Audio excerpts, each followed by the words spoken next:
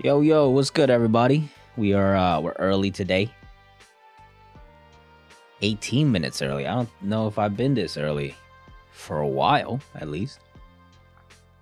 Hawaiian Punch, good to see you, bro. How's Korea treating you if you're still out there? Khalil, what's good? Static. I have some bad news for you, my man. I have some bad news for you. I was unfortunately spoiled for this one. Yeah. So yesterday, usually when the chapter comes out, I stream on Wednesdays, but yesterday something came up, so had to deal with that. So pushed it to today. We're gonna react to TCB now that it's out, but unfortunately, I did see a something's pop up on Twitter, so I know who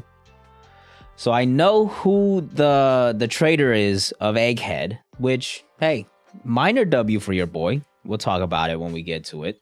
Cause I was kind of on it a little early. Even though I didn't like put my stake into it. I was on it a little early, I will say that. But I don't know what else happens in the chapter. All I know is who the traitor is. So I'm excited to find out what is the whole plan that's going on, like how exactly it goes down in the chapter and what else we see in the chapter as well. But yeah, unfortunately I was spoiled on that, so just letting you guys know, you know, there's not gonna be a whole shocking reaction when that happens, but I'm sure there's probably other things like motives and stuff like that. I have no idea still, like, because my initial guess was just based off of vibes. Gotta stay off the socials, man. Listen, I mostly follow mutuals on socials, so most of the time I'm good. And also, I usually react on Wednesdays, like right when it comes out. So I don't really have to duck and bop and weave to duck like any spoilers. So like if any time I get spoiled is usually when I read the chapter late. I said, appreciate it, Stefan. Thank you. I enjoyed it as well. It's a little chilly out here these days, so I had to throw on a hoodie. Marching, I'm doing good. How are you, bro? I have seen film Red. I saw it during the premiere, actually, in New York when it first came out. Chin, what's good, man?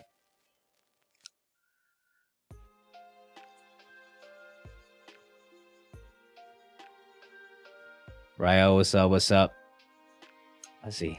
We're a little early by like more than 15 minutes, but I think I'm gonna just get right into it, so we could start discussing this chapter. We're reading some TCB because they have dropped already, and here we go. One Piece chapter 1078 is called Escape Limit. Escape Limit, interesting. By the way, it looks like they've teamed up. Judge and Caesar have teamed up, and so the Neo Mads was formed. Man, I'm not sure if that's a good thing. It's interesting because now that they teamed up, they're low-key a threat, you know? Like Caesar and Judge, with like the amount of resources he has, like they're low-key a threat. And I'm not sure we're gonna see them again in the story. I know it's like kind of a funny moment, but like in the grand scheme of things, this is probably not a good thing to happen. But we'll see what happens, I guess. They just bonded over their like mutual hatred for Vegapunk. But sucks for them that Queen got sucked dry by Green Bull when he showed up, or else I'm sure he'd happily join into this the Neo Mads as well.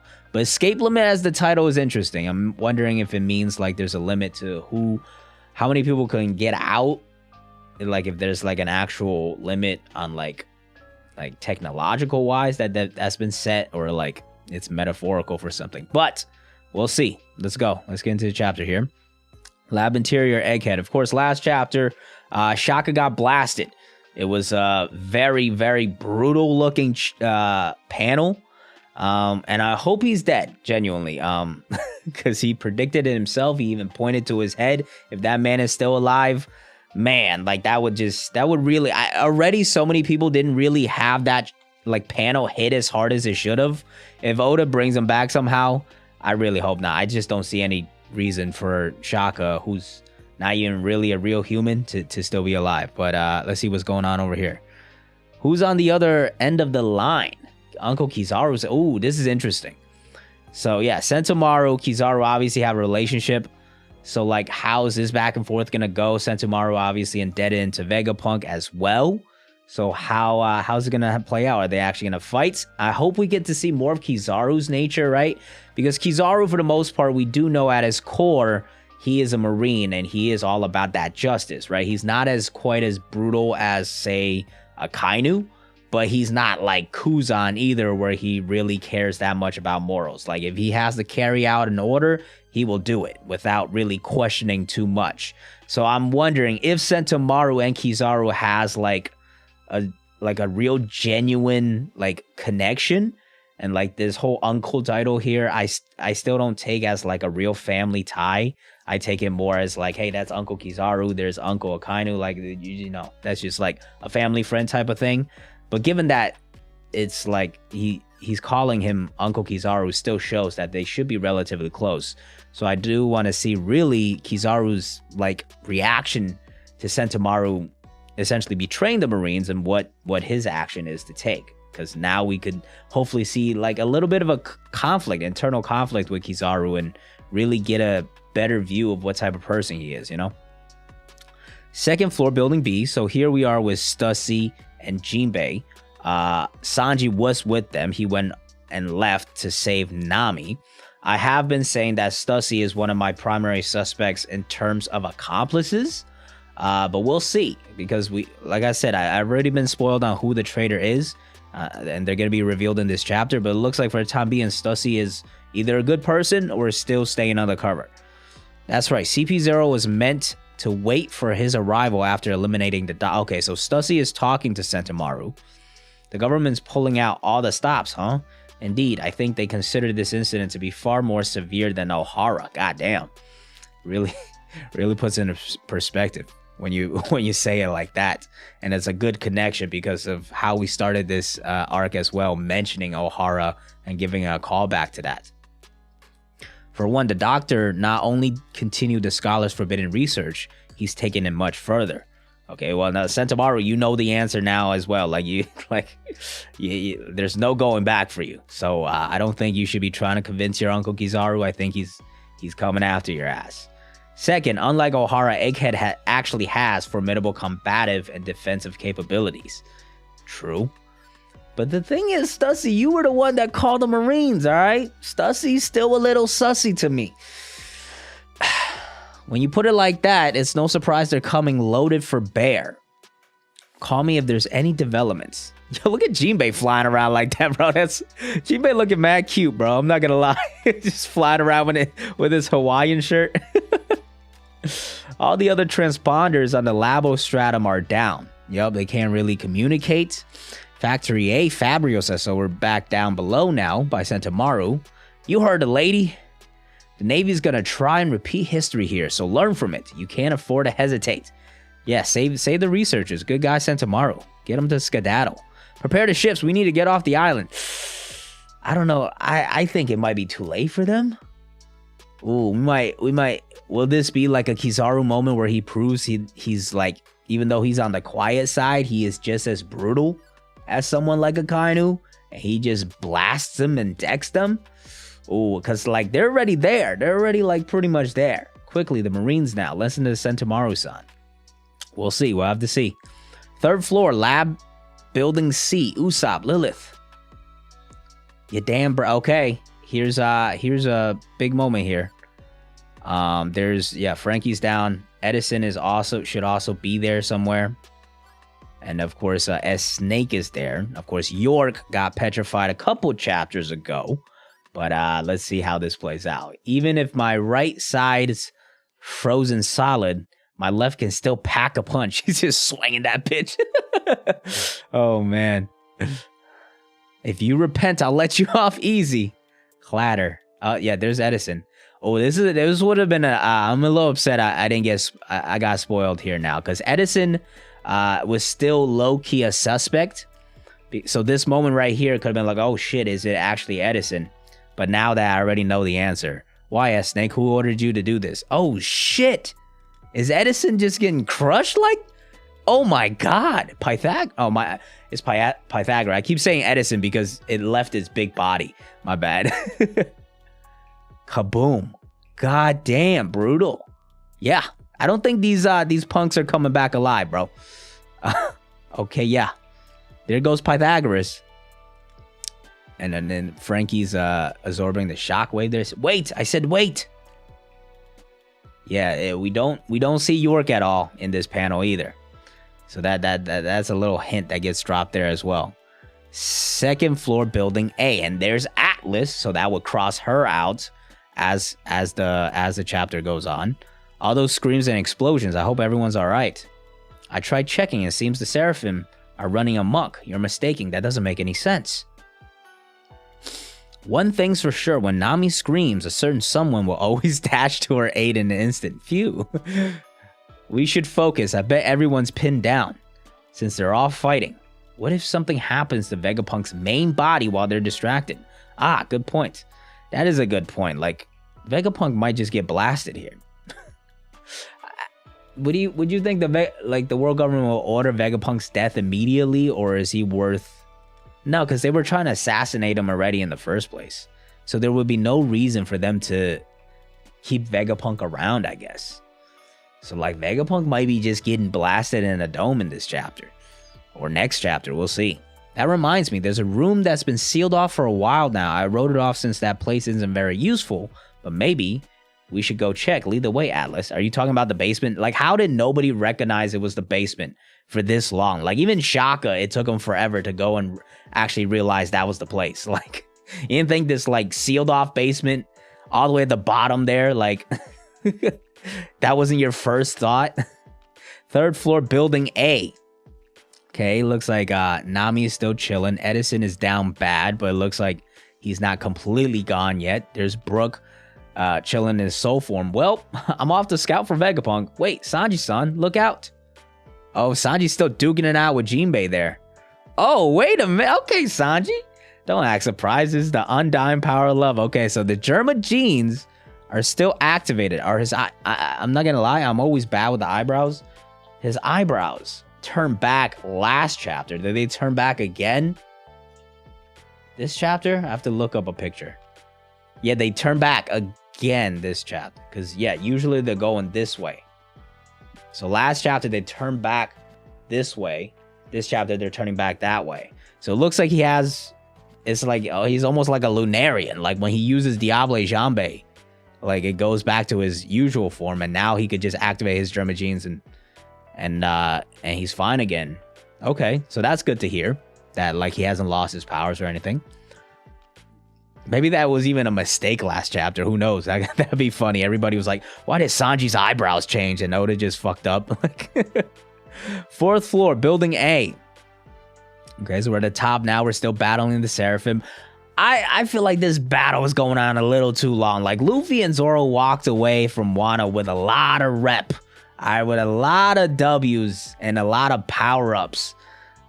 So, like, them, like, struggling this long with Seraphims, I don't know what it says. Because Sanji's just eating those punches like it's nothing over there, okay? So this might be... The Sanji stocks might be going up here. Those damn flames. Why aren't their backs going out? Like, you telling me, like, Advance Conquerors Hockey can't cut through it? Because if that's the case, like, these goddamn Lunarians are crazy. Forget that. Where the heck did the Hawkeye... So it's like 4v1 and y'all can't handle this? That's crazy, man. He must have ran off. Odds are he's reprioritized the order of his targets. He could be focusing on thinning the herd, saving the toughest for last. Okay, so they're probably going to split off here. I wonder who goes after who, though. Eliminating your weaker friends would rattle your stronger fighters and handicap them. They're like, yo, bro. Hey, yo, that's dark as hell, man. Relax. Oh, no, Zoro's going? No, somebody please follow him. Zoro! Go and help him. Usopp! He just calls him Usopp before he gets lost. Man, what a bother. Slow down, Roanoa. Gomu no. Wait, who the hell are you calling Usopp? Oh, man. Hawk Gatling, okay. See, this is where it don't make sense. He goes into gear 5 against Lucci. Bodies him, right? Like, easy, quick. Like, he probably didn't even need gear 5, right? Like, visually, it makes sense. That was a nice moment to have them both awakened. I guess maybe he's trying to conserve his energy, but why now against this opponent you cannot defeat? You are just, like, in gear 2nd. I guess he was in gear 4th for a little bit there. I'll blast that fire away. Use your pathetic brain, Straw Hat. It doesn't matter how many times you try hitting it, that won't work. Only 1 day remains before the infamous Egghead ends. Oh, snap. What is this? Foreshadowing. Okay, I'm guessing the incident is probably like the world government blasting the fuck out of the island. However, the wheels of this tale were set into motion 3 months ago. Huh? What? Only 1 day remains before... Oh, okay. So it's referring to the traitor now. I was so confused for a second there about the timeline. I'm like, are we 3 months before this incident or 1 day? So it looks like the incident is about to happen tomorrow, which I'm guessing is the world government wiping out Egghead. So I'm guessing all those people up above that we just saw are not all gonna escape. But 3 months ago was, I'm guessing, one of the punks betraying, who I already know is York, that we're gonna see in a little bit here. We also have Bonnie. It looks like she's absorbed the full memory of Kuma. Unfortunately, it looks like we don't get to see that for now, but she is just down bad and distraught. And now we cut to 3 months ago. The Holy Lamb Marijua. This is Egghead. Come in. I want to speak with somebody with power. Okay. Bzzzt. Dr. Vegapunk is researching the Void Sentry. Bzzzt. Oh, snap. Okay, here's the snitching. CP5 agents were dispatched to verify this tip, but their inspection revealed nothing. And their ship mysteriously disappears as it attempted to leave Egghead. CP7 and CP8 were both deployed to shed light on the situation. However, no government ships returned from Egghead. This is Egghead again. Pull me through to the top brass. Who's talking here? Now I'm wondering, right? Because it seems like... At first, I thought it might have been York, like, giving the information, but it is a little confusing why. Like, it seems like they found out the information, sent the CP agents, but then for some reason, York also trapped them. This is Egghead. Put me through to someone to the top brass. The conversation between the 5 elders and this individual totally exposed the full extent of the genius scientist's treasury. Okay, so they found out the information. And so... the elders decided to order Dr. Vegapunk's assassination. It fell to Cypherpole Aegis 0 to execute the mission. Yep, so that's exactly what we found out. And that's why Rob Lucci is here. However, the 5 elders anticipated that Vegapunk would resist. So they sent one of their own, escorted by Admiral Kizaru. Now this is interesting.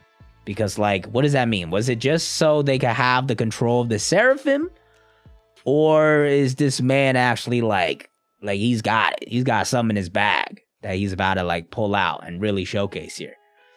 They also reinforced the fleet they deployed with backups from several naval branches.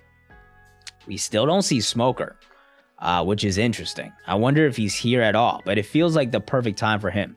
Because if he shows up and he hears about the order and what's going down, there's going to be that conflict, and this might be the boiling point for him because Vegapunk saved those children, right?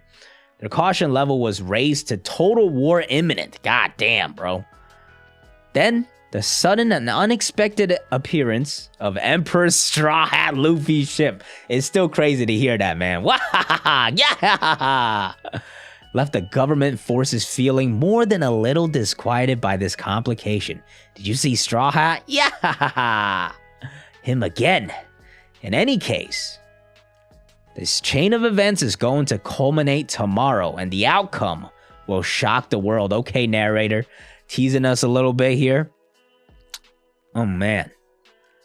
Okay, here comes the traitor coming down. Katak, katak. Is it Emu? The katak sound effect? Come on, man. What the devil? This was all your doing. Katak, katak. Answer me. Yeah, Shaka's dead, it looks like. Yeah, Shaka gotta be dead there. And there's the CP agents in shock as well. Kerchak. Creek! Why are you doing this? Slide. All right, let's see it. Oh, yo, York! This is what I was saying, man. Listen, last chapter, I tried to put on my detective glasses. I was like, maybe it's S Flamingo, because that makes sense with his personality. Sussy, I'm still sussy of. Atlas, you still have to be I was suspicious of, mainly because, you know, she was the only one that wasn't around when the shields went down. But York, from the beginning, when I wasn't even looking into this, I was like, York feels off. There's Chondro vibes there, because all she does is eat, sleep, and shit. And that's a very boring character and can get boring very fast. But if you turn her into a villain, like you did with Chondro, from this gag character into this menacing traitor, they just become so much more interesting. I don't even see what they're saying right now, but already this expression, greed at his personality as well. Oh, Stella, it's cause I want to be a Celestial. Okay, so she's made a deal, and the greed being the personality as well, it all makes sense. How did Vegapunk not think, though? How did Vegapunk not think, like, splitting up his emotions into, like, the darkest part of himself is not gonna, like, turn around and fuck him in some way? What are you saying, York? You know what Marie-Joie is like from that visit a long time ago. How could you want to be one of them after witnessing just how vile they are? You sound just like Shaka. Exactly. She don't got no good in her. She don't got no good in her. Well, not so much now. He's dead. God damn, bro. And then we got an ass shot over there as well, which is hilarious because I just saw another SPS answer from Oda talking about, like, what's it called? Fan service and stuff. It's hard to keep track of all of us punks, right? Honestly, the world really doesn't need more than one of us. Okay, there's the greed. There's the greed. The embodiment of unfettered desire leaves the shadows. See, so much more interesting. York, instantly so much more interesting. And I love it. I love it. I love that I wasn't able to completely predict it. You know, I'll take a minor W for having feeling vibes about York early on. But yeah, York just became so much more interesting. I'm intrigued on how this big incident is going to be unfold. But let's talk about it, people. Let's talk about it.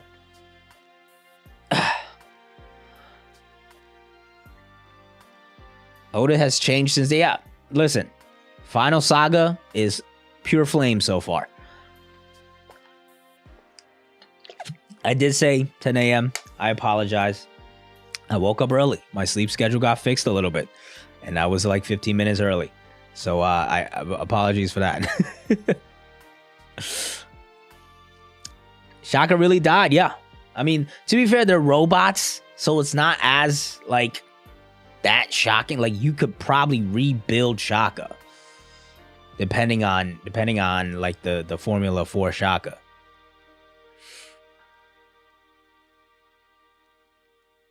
No break, yes. I noticed that as well. We don't have a break. As far as I can see here. Unless, like, Shonen Jump has a break or something like that. We finna get ass shots every chat. Oh, hold on. Pause now.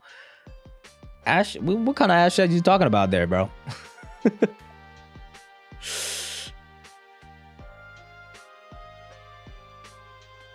Nigel, my bad, bro.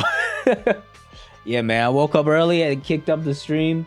And then we just got right into it. But I was already spoiled on York, so it wasn't as crazy of a reaction anyways. If it was, like, I probably would have waited. Rick, appreciate the super chat. Luffy's definitely punching Saturn, like, in some... Oh, yeah, I'll be down to see that. But, like, I just don't see how they could go for an all-out war at this point. And also, look, why would York not just blast Vegapunk right now? Nobody's even there. Is York gonna do the classic villain? Like, just, like, start monologuing and then monologuing enough? Monologuing enough for, like, Atlas and them to make it there in time to save him?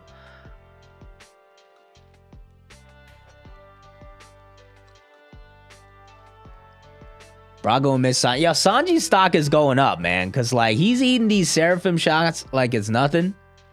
And, like, Luffy can't take down... It was a 4v1 over there. And they still couldn't handle him.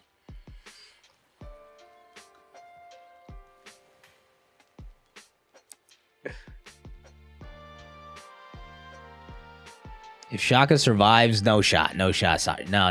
Now that Pythagoras got stomped as well, like, these guys are down. I think these guys are down. I wonder if any of them even make it out of there.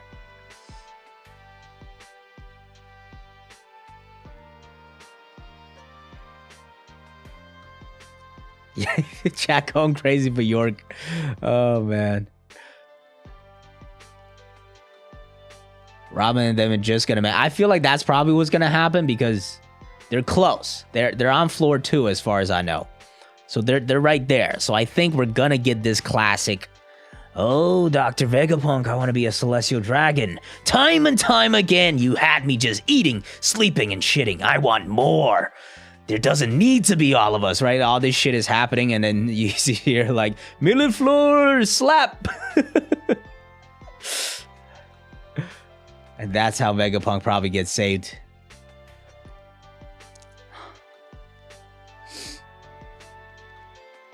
Is the Grand Fleet coming? That'd be pretty crazy. I don't think so.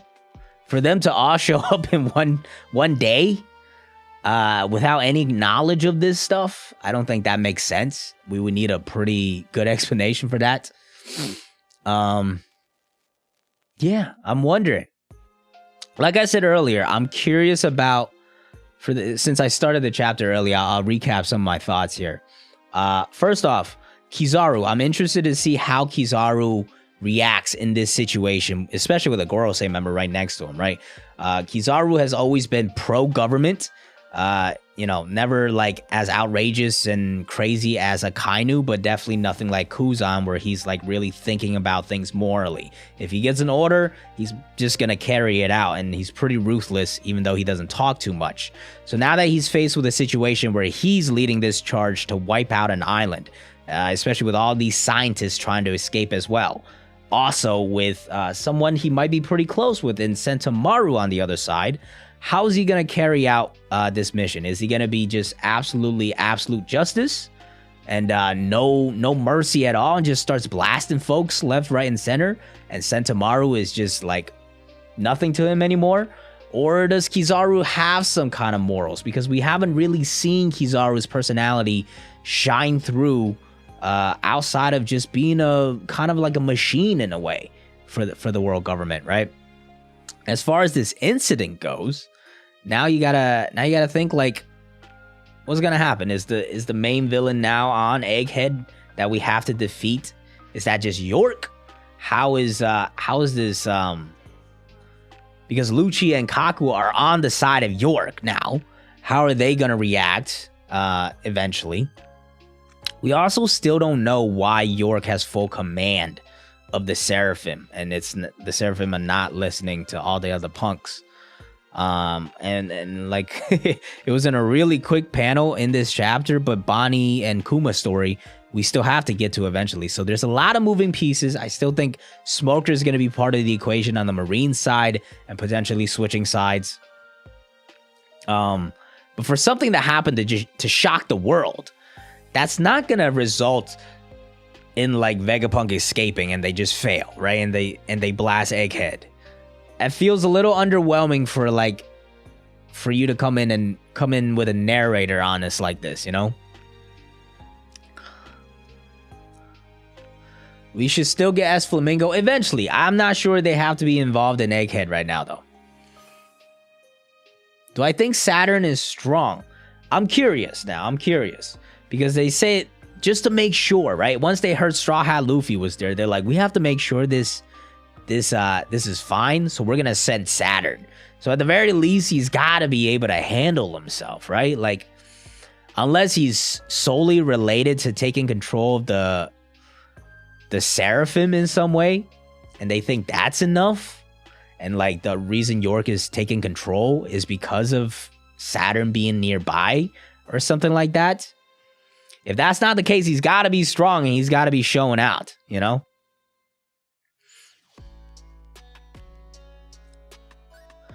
Order authority. Once a Vegapunk gives an order, another cannot override it, as I understand. True. There has been a little bit of some inconsistencies in the descriptions of the Seraphim, I believe. So it's a little hard to understand clearly right now. I think Oda eventually will just flesh it all out through some monologue or something. We shocked the world. Luffy kidnapped Dr. Vegapunk. I guess, in a way, that could be the headline. To me, feels a little still underwhelming. If you're bringing in the narrator and stuff like that, you could always just like, you could always just show us that later and then show us like the reaction across the world of like the news to that. To bring in the narrator feels like something really big has to happen, you know? Hawaiian Punch member for 26 months, man. That's a crazy ass long time. Appreciate your support for so long. Big News Morgans will spin this. And like, listen, I agree with that as well. He'll definitely get the headlines out of it. But the thing is, to me, right? A Big News Morgan's spinning a headline, or like the headline of Vegapunk being kidnapped by Yonko. That's a shock to the rest of the world for sure, right? That's a shock to the rest of the world. But when you bring in the narrator to tell us the world is going to be shocked, that to me feels like we as the audience, when we experience that moment, we also have to be shocked, you know, or else you're bringing in the narrator for like, you know, you're kind of abusing that narrator power a little bit. When that guy comes in, it needs to be a big deal, you know, like when he's talking about the Grand Fleet being involved in a huge incident. Or like those ominous shadows in the background in Thriller Bark. Those are big things, right? They can't just be like a nonchalant thing that gets spun by Big News Morgans. Where I think S-Hawk went, maybe S-Hawk probably went downstairs. So like, are we gonna see Robin and Atlas and Chopper get there? Can they take on S-Hawk? Or at least he might hold them off while, you know, York tries to kidnap Vegapunk. By again, I still don't see it. Why York wouldn't just like headshot Vegapunk in seconds, you know? Revolutionary Army. Listen, they think Sabo might be dead. Like Kuma just escaped. I think they got too much on their hands right now. Nigel at 23 months, almost there. 15 days. Get that 2-year badge. I still have to upgrade it to there's some later badges that they added, so I have to figure out some new designs for those eventually. But yeah, Vegapunk will die and the world government will blame it on Luffy.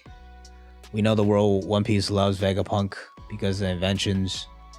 Buster Call will also happen. Buster Call is definitely going to happen one way or another. They're going to wipe out all evidence for sure, especially with that ancient giant there, like that ancient giant robot. I don't know, spinning a headline, I don't know if that feels, it's entirely possible for sure. I just feel like if you're going to bring in the narrator and say, hey, a shocking event's going to happen soon, tomorrow, and then it turns out it's like, oh, it's actually just like fake news. You know, that just feels like, oh, okay. All right, a little underwhelming then.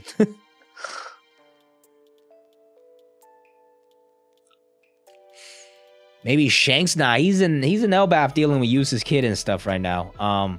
For him to get there in a day, too, would be pretty. Like he gotta be booking it. Like it took the Straw Hats weeks to get from Wano to Egghead. So to get to Elbaf to Egghead, like that's not no short trip.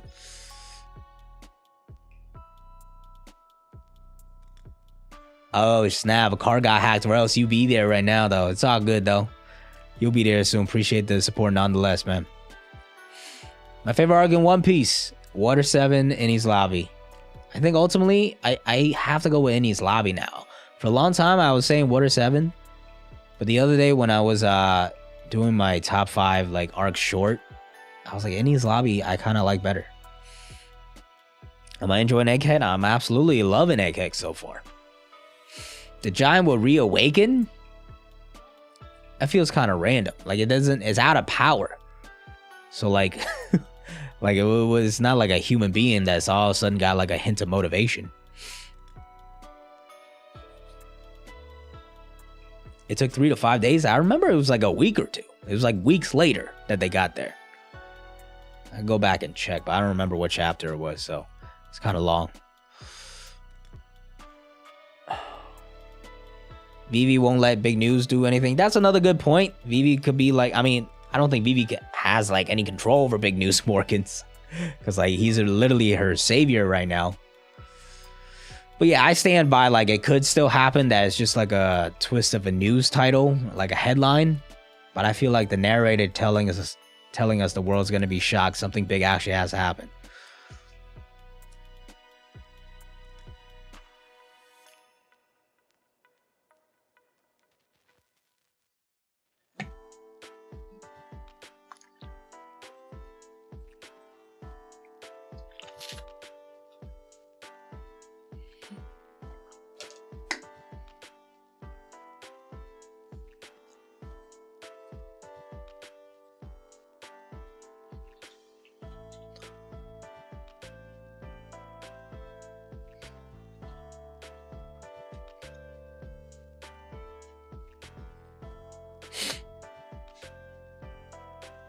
Every arc people say Grand Fleet. That really is true, bro. Every arc people are like, the Grand Fleet. Now it's time, man.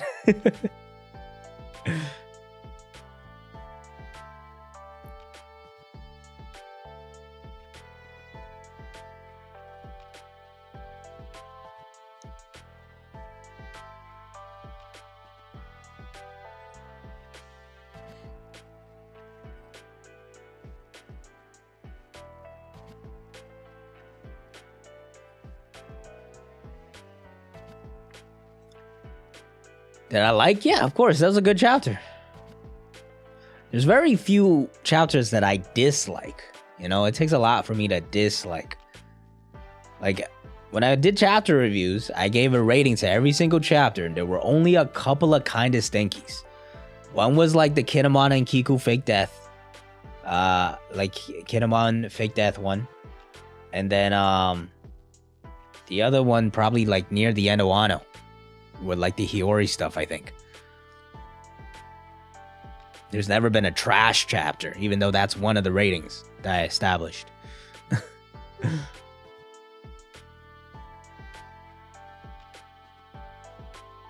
Kuma's flashback, we will definitely get it. I'm curious, just curious at this point, like how is gonna change Bonnie's perspective, how she's gonna act. Is she just gonna team up with us right away? How are we gonna get to that Kuma information as well? I'm just looking through Twitter and Reddit a little bit here, just to see if there's anything I missed or any types of any different angles or theories that is interesting.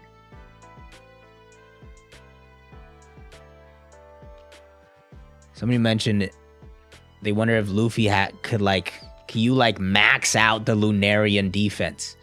As in, like, just like damage them so much that the defense gives up. That would be pretty cool to see, because it is kind of hinting towards that, right? Where Luffy's just relentlessly beating down on Esper, and Luffy's like, you're a dumbass, that doesn't work. But like in Luffy fashion, sometimes he just makes it work through effort, you know?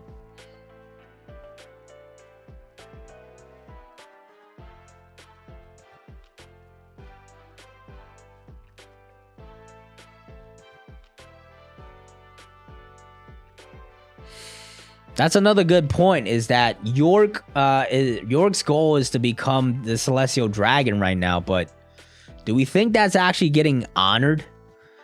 Like if York actually goes, be like, hey man, I got Dr. Vegapunk, do you think they just shotgun blaster? Like, that's probably what happens, right? Because York also has that knowledge now, right? York also has that knowledge. And if you think about it, Celestial Dragons, like, they're never gonna accept her. There's no way, right? So York's not getting a fair deal here. So the other angle, I guess, would be like, would York have some kind of insurance? Maybe that's the reason she doesn't kill Vegapunk, you know?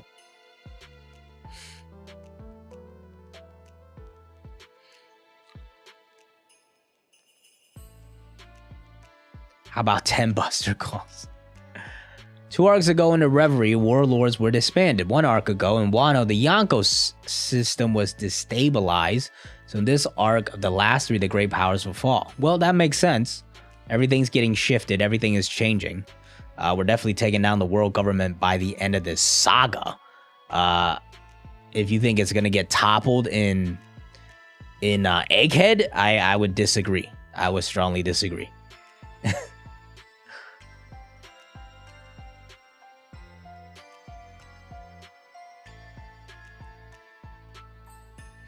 Bonnie joins the Revolutionary Army. True. That could be her move, because now she could be carrying on the will of her father when she finds out. I still don't see any reason for Dragon to show up, you know? They're also so far away. So, once again, for them to show up in a day is crazy.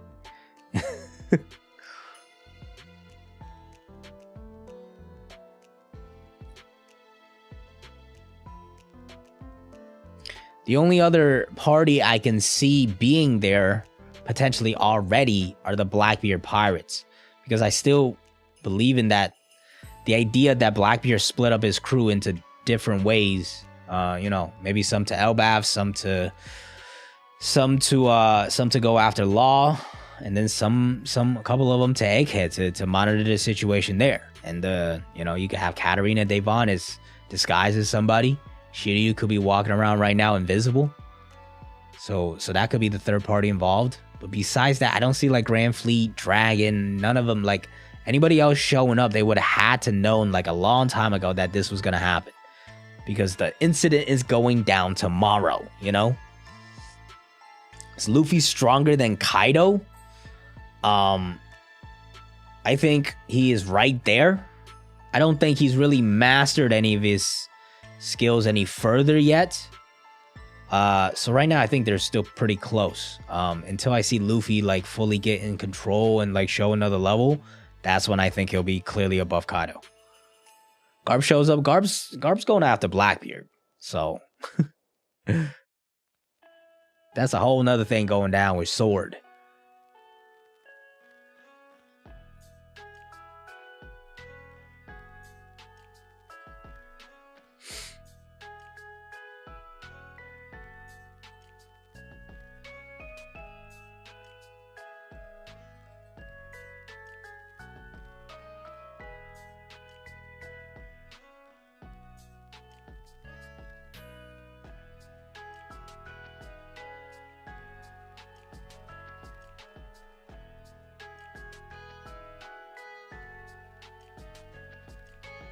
Does Dr. Vegapunk know about Sword? I would say no, because I think Sword, unless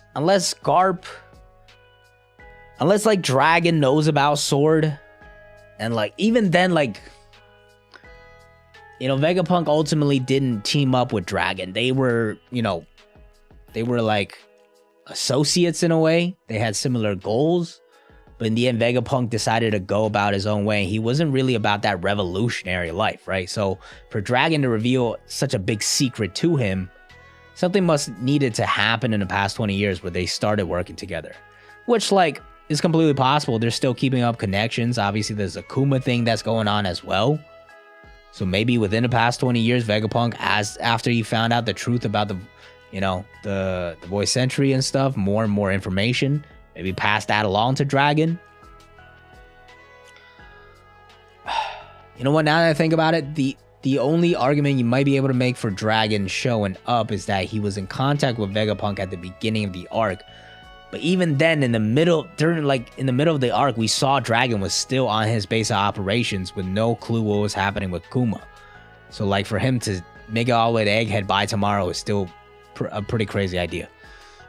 That I don't think it makes sense.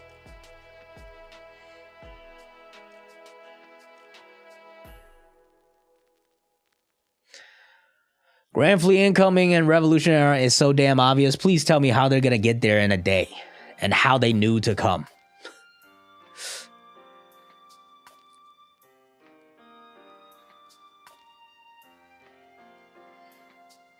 To me, more like someone has to deal with the Marine fodder while the Straw Hats have to fight against the big Marine guys, so Grand Fleet is the most logical choice.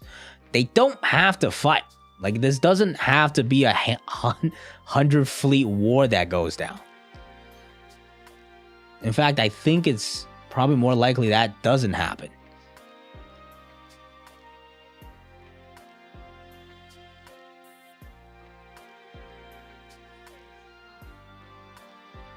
Luffy's Viva card. Okay, Luffy's Viva card's perfectly fine. Why would they know to show up to Egghead randomly? If they didn't even show up to Wano when Luffy was damn near dead like many, many times.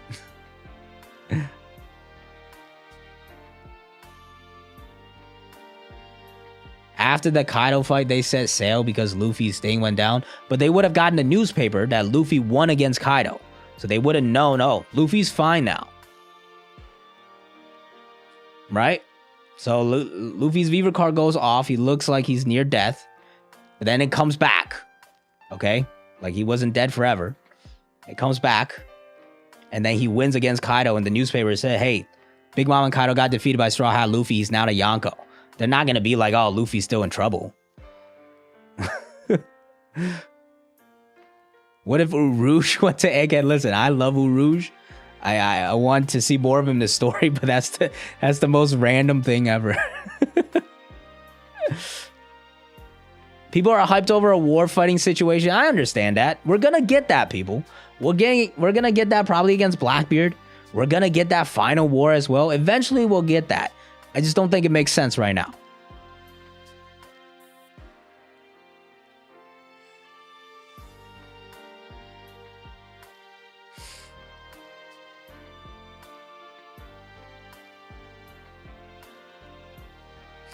They decided not to turn back because of sunk costs. Come on, man.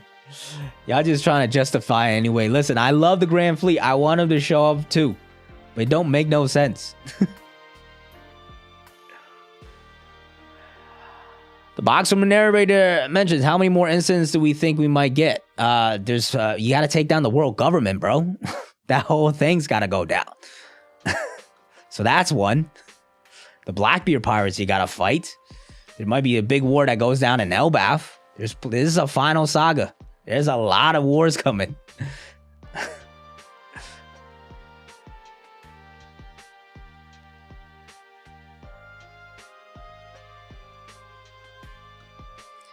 Grand Fleet coming, Dragon. Like, listen, at least the Grand Fleet, if you want to make the argument that like they saw Luffy's card burning, they were on their way and then just decided not to turn back for some reason. Dragon just doesn't make any sense at all. We saw him on Kama, whatever the island is called, the Ivankov's kingdom.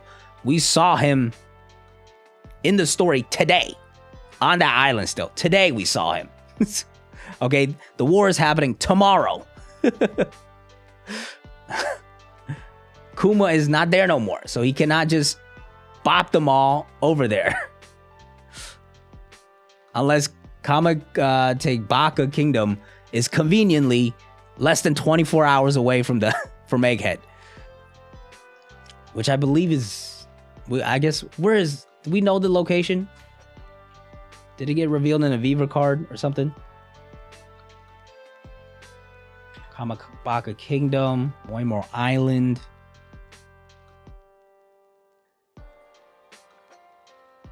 It's in Paradise. It's not even in the New World.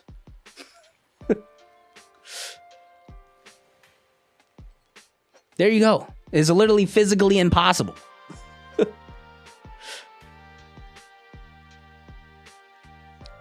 He could move fast. He's going to cross the red line and everything with his whole army. I think you cope it a little bit, bro. I'm not going to lie to you.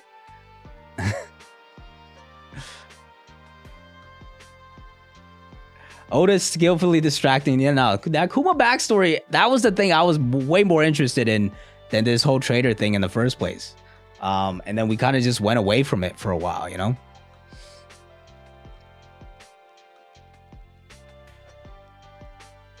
Reach Laughtail, obviously the Straw Hats. You know, for a while, I only thought like Luffy and the Straw Hats would make it there because of the Roger Pirates parallel, and that like they were the only crew to ever make it there. But then like the more I think about it, like Buggy being there as not only part of the gag of like somehow he just like became Pirate King, even if it's like for a joke for a split second, But like also the fact that, you know, him and Shanks had that moment where like eventually we're gonna make it back with our own crews. So like him and Shanks, I wonder whether or not they're gonna make it there. Law, I still think his ultimate goal is the Willa D, figuring out that information, and until he gets to until he gets to Laugh Tale and finds out the answers, like that's the only way really, unless they spread the news eventually, and that's how he finds out. But then he wouldn't be really accomplishing it himself. So those are really the main candidates. There's been this idea that Blackbeard gets there first, maybe, and the battle is on Laugh Tale. Like I said, for a while I was against that because I thought the Straw Hats would get there, like would be the only crew to ever make it there. But if I'm thinking other people show up as well, I'm not really against that idea either. Don't tell me it's impossible, Devil Fruit. Listen, maybe it's possible. We'll just agree to disagree there. I don't think there's any chance of happening, but we'll see. We'll see what happens.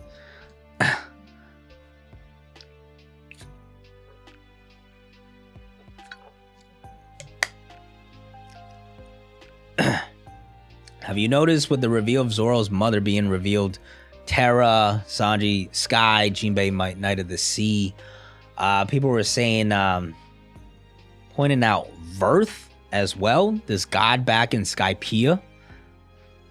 So that might be also represent Earth. Yeah, so I'm not too deep into like the theory side of those things where like we like super deep dive into like these like potential gods and all that kind of stuff. I'm a very surface level theorist. As a matter of fact, I like to call myself a One Piece speculator, where I just kind of look at the information and you know, think about what makes sense narratively. Young Smokey, appreciate the super chat. Love the vids, even though we heavily disagree. Keep grinding. Listen, man, it's all love. We just having a discussion. You know, sometimes we just gonna disagree. Appreciate the love, bro.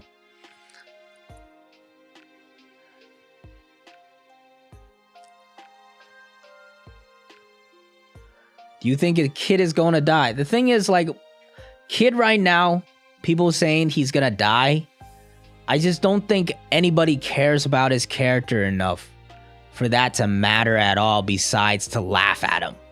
I think more people would laugh at Kid for dying than actually caring about his death at all, right? So until we get more Kid development in some way where we care about him, whether that's hating him as a villain and he's back to being a menace, that was like, you know, that we were supposed to get when we first were introduced to him in Sabaody.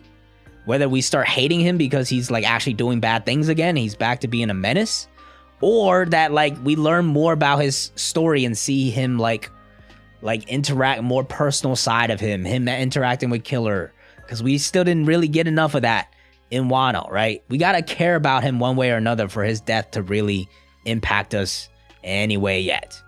For now, like him dying, I just think it would be it'd be more of a meme than actually like an important plot moment, you know? Hoodie low key fire, high key fire, bro. This shit's warm as hell. It's nice and comfortable. And of course, a legendary iconic panel. Rely on what Oda could have been possibly using as reference. Yeah, it's like, once you dive, even with this trader stuff, when it got into like, hey, the moons and stuff like that, like Atlas being a moon of Saturn was like, that was quite a big coincidence. So I was a little intrigued by that. But when you get too deep into the mythology and stuff like that, it's just like Oda's drawing inspiration and stuff from all of these other things, but he's never doing like a one-to-one, you know? He's taking so many different sources, like you just never know. So like with theories, in my opinion, that's why I come off as a bit of a pessimist in a way, or a non-believer for a lot of these theories, because I always try to ground it back to the main core story. And if it doesn't make enough sense for me there, and there's not enough evidence for me there, I just don't back it, you know? I love another point for the Grand Fleet. Those panels of the Marines pulling up are parallel to the pre-Marine Ford chapter, and we know how that ended in a Grand War. I would have to look at the panels in particular and whether or not we've gotten anything like that before, Cause like, you know, might just be boxing, like or like paneling in general, and something that Oda might use more often than we think, and like that's just the first moment you think of. But like maybe there's other instances where it was used and stuff. So like, yeah, I would have to look at the comparison to how exact is it, right? Because like when you're drawing those type of conclusions where it's like, hey, this is like a 1-to-1, it really has to be 1-to-1 for it to be like an actual piece of evidence, or else it could just be as simple as similar paneling, you know? I mean, a big thing's about to happen here for sure. I just don't know if it necessarily results in a war, because I just feel like there's like, it doesn't feel like that arc is just leading there, you know? I think Elbaf's coming next. I don't think a war makes sense right now. Maybe Oda would throw me for a twist and like, you know, a big war actually happens. Maybe somebody even gets captured. We go back to Impel Down. There's a lot of different ways that could go. But like, I do think I always come back to the idea of like, things are probably a lot more simpler than you know, taking that next step and going more crazy.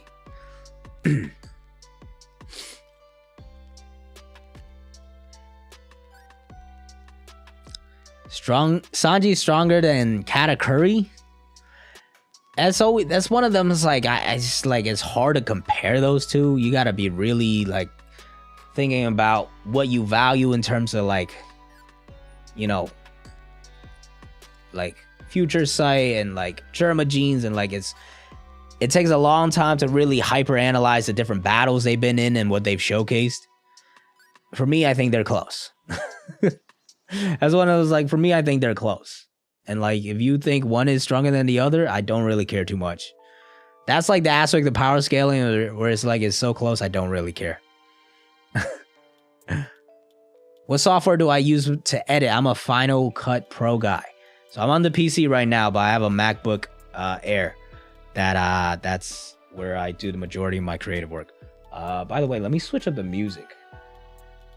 It's been just running on this I just realized I've been running on the One Piece lo-fi this entire time, which is a banger, but there's only like 6 songs.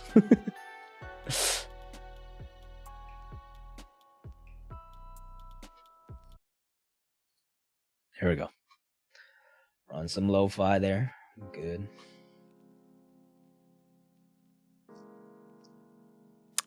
Everyone rating Saturn too high. He's too senile. I'm not rating Saturn at all until we see it, you know? I respect these new up-and-coming One Piece theorists, but none of them channels can picked. That's a little disrespectful. I appreciate, you know, new content creators always. Par is one of my favorite people to talk to because he's like a really out there theorist, and you know, and he does I think he does a really good job at looking at all perspectives, even when his theories, when he likes to look at like a more like some of the crazier ideas, he at least tries to look at all the counterpoints and be able to, you know, counteract them in some ways. So sometimes there are theories that he puts out I don't agree with at all, but I'm like, hey man, I can't counter it. So it's like, solid, good work. You know, you gotta appreciate the hustle. Overall, I will say I definitely enjoy discussions more as a viewer, as a fan, right? I've always been more of like a BDA teching viewer as opposed to like a theory viewer. But I understand why a lot of people love theories. You know, I've done theory videos as well.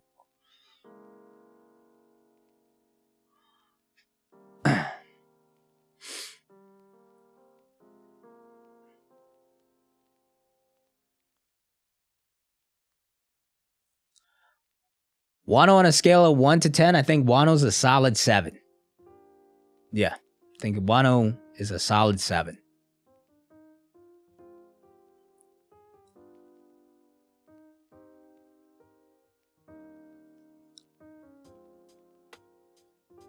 No, it's not a war. It's a mega buster call. We're on getting a war. I mean, like, it's on a scale of a war.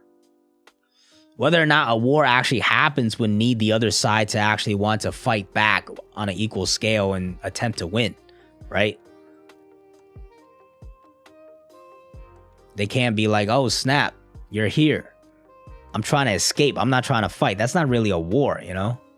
Like Luffy and Kizaru could clash, but like if you're not really fighting back the whole time, it's not really a war. That being said, it's absolutely on the scale of a war. It was even declared that. They said like this is like, I forgot what it said. Hold on, let me pull the chapter back up. But it said like the scale of danger was a war, essentially. Right? Total war elimination or something it was called.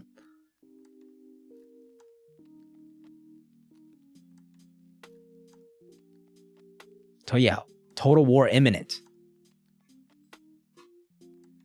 So they're clearly pulling up with all the big boys for sure.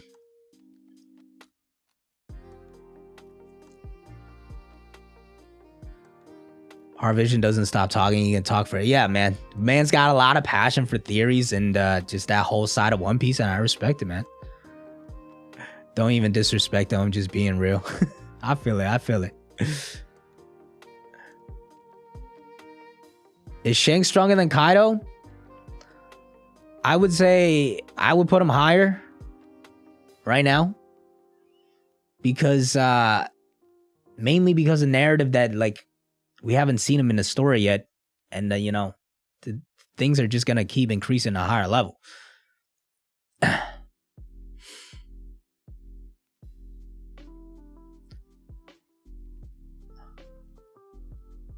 You, Randy, Morge, JD, Brago.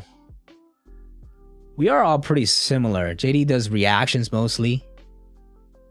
I'm surprised you don't peep Tekking. Tekking's usually always on the list for everybody. But maybe he's a little too OG these days. Some of the newer viewers might not know him. And the videos might be getting a little too long for our expansion, like attention span these days, which I admit personally, like I can't sit through. It'd be hard for me to sit through a 30-minute video these days, you know. I also been TikTok-ized with my attention span and stuff. But I don't really watch One Piece content in general these days because I do it, you know. You think Kizaru's gonna pull up with his awakening? Oh yeah, I want Kizaru has to show out here. Even if I don't think this is gonna end up in like a huge war that both sides are just going at it and like other people are pulling up, I think at the very least we need to see Kizaru versus Luffy, get the full measurements, because at this point most people will have Luffy above Kizaru and like the majority of the Admirals. But like, let's actually see it, because the Admirals, they just haven't been really in the spotlight. The only person that I think has really only been put into the spotlight is Akainu. He was the only one that like went all out during Marineford, and he showed out pretty damn well, which is why everybody respects him in terms of power scaling. The other Admirals, it's been a lot of like showing up, doing a little bit, and then getting out of there. Grand Line review on Ohara. It's funny because I think content-wise, in terms of editing and style, I would lean towards them a little more. But I think in terms of discussion, I try to aim towards like a Tekking Brago style, which is like more condensed though, you know? I'm trying to like bridge the two gaps almost. Have a more conversational discussion, but loaded up with an engagement like visually and like in terms of sound as well.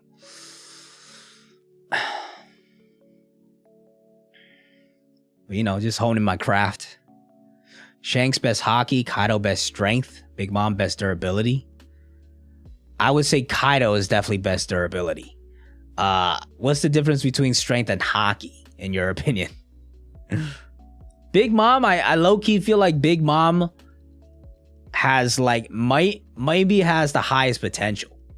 The fact that Big Mom was just decking bears at age 5 without trying, and like I feel like she never was like training to be like super strong and stuff, and she has advanced Conquerors hockey. Like Big Mom low-key could have been the strongest in the world if she put her all to it. I really believe that.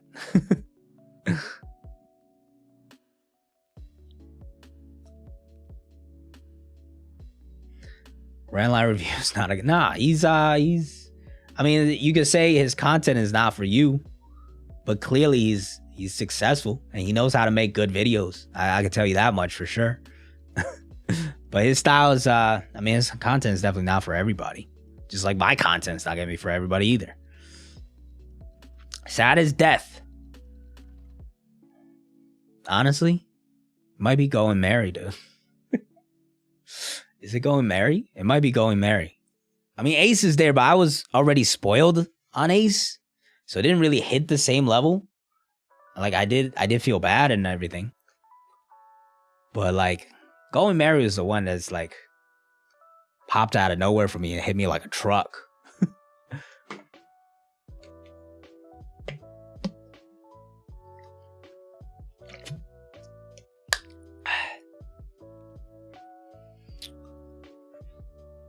Yes, 1 point exactly. The man knows what he's doing, clearly. Dude in a room greater than JLR. I mean, it's just mentioned, depends on your style, right? Like, Dude in a Room low-key is like my type of content that I actually watch. But that's because like I don't really watch One Piece content in general these days. And it takes a lot for me to be interested in a topic for One Piece. Whereas Dude in a Room is talking about YouTube and all that kind of stuff, which I'm always interested in. I saw on that channel as well, he really tapped into the president's debate One Piece stuff, and that was banging on views, and it's pretty funny stuff as well.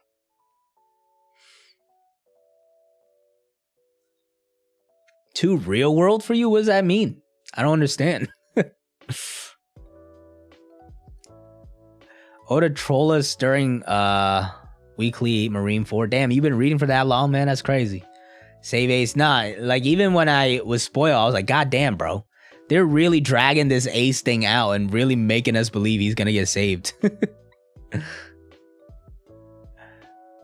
What do I watch other than One Piece content? Like, I don't watch One Piece content much at all these days. The top things I always watch are food related. So like, you know, it depends. Strictly Dumplings, my guy always watches like Asia travel food videos. Joshua Weissman has some interesting stuff that pops up every once in a while as well. And then just in terms of other channels, it's just like whatever recipes I'm interested in, with like Sam the Cooking Guy or Quan or who else? Ethan Chablowski. So yeah, food channels I watch a lot. I like, yeah, even like Good Mythical Morning. They do a lot of food channels sometimes. Sometimes I like to peep in the drama and stuff. If anybody's in the YouTube drama world, the Moist Critical video of Sneeko, that shit was funny as fuck that I saw yesterday. You know, so I watched him and like Ludwig from time to time on like Mogul Mail, just depending on the topic. Sidemen, one of my favorite channels. Sometimes you probably see me even with their merch on. I watch them every single Sunday. Beta Squad there as well, most of the time. Yeah, like I watch like One Piece content. I don't consume much at all. Like a lot of times these days, if I'm watching One Piece content, it's mostly for like research and inspiration and like learning in a way. I don't even watch too much anime content, to be honest with you.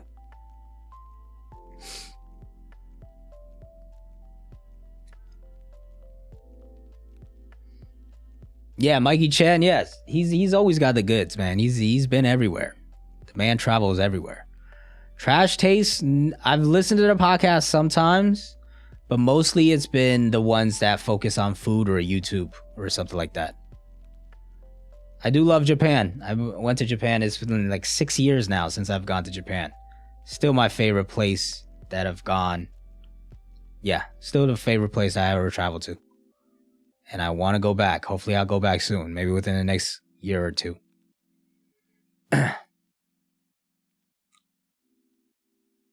As One Piece discussion, I always watch Tekken. I used to watch Tekken like crazy, bro. So I get you. I've binged a lot of Tekken vids.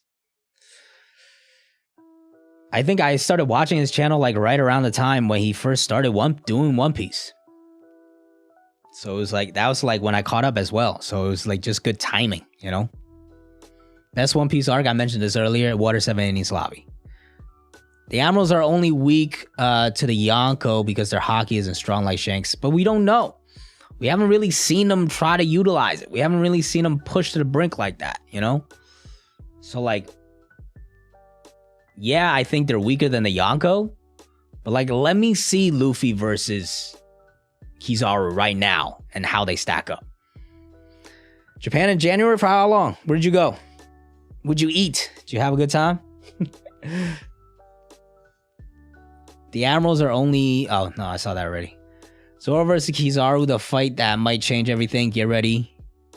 YouTuber, you're about to change your anime slot. What are you talking about, man?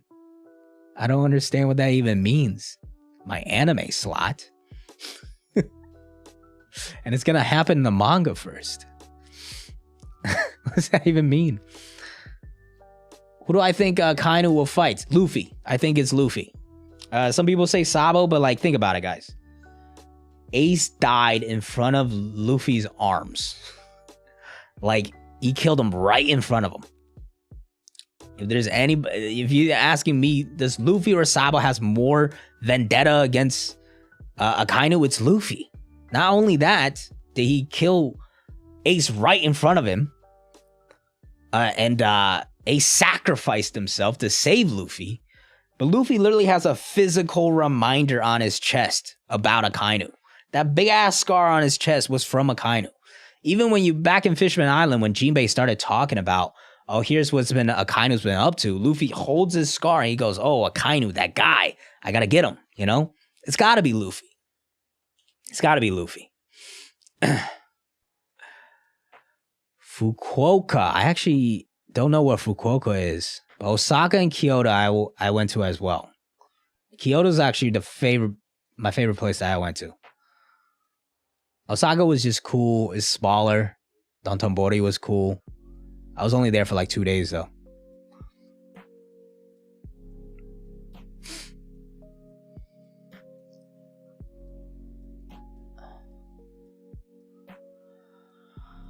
Who do I think Dragon will prioritize? I mentioned this earlier. I don't think Dragon is going to make it to either place, especially not Egghead. Because as we saw, he was in Kamabaka Kingdom, and which is in Paradise.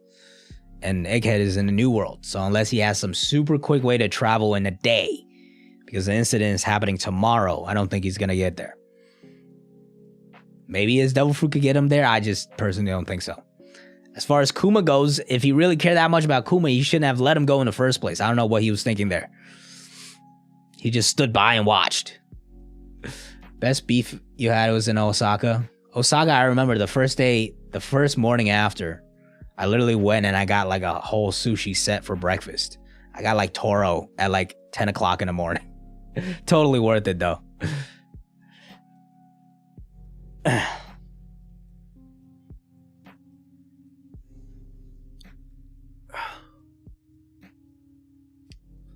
Saturn dies, Kizaru joins the Straw Hats. Imagine.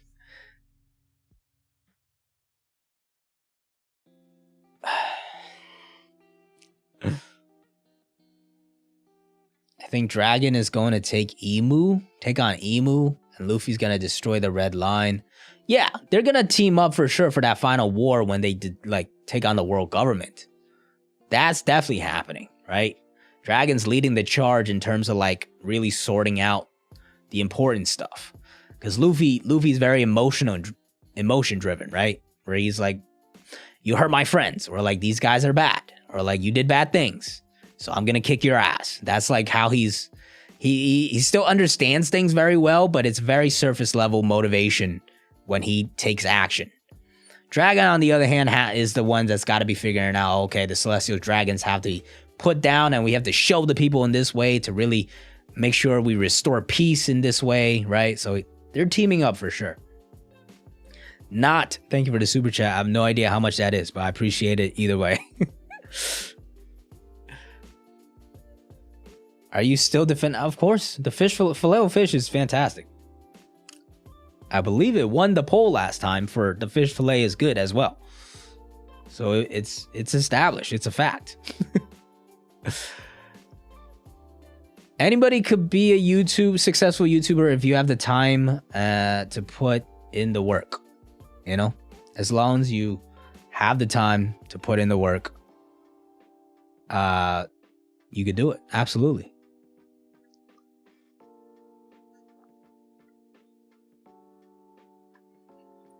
But for most people, I say try it first. Because for a lot of people, when they start recording and doing it, they realize, oh, like I like the idea of talking about One Piece as a career, but like actually doing it on camera and then editing and then doing all this and then making a thumbnail and coming up with a title and then doing that repeatedly day after day, week after week is not as fun as it might have seemed. You know, so I always say, hey, the first step to becoming a successful YouTuber, start making videos and see if you actually like it. I do not play Bounty Rush. I'm not much of a gamer, to be honest, especially not mobile games. I have completed Hogwarts Legacy though. The first game I've like actually finished in a long time. Not 100%, but I finished main story and I've done a lot in that game.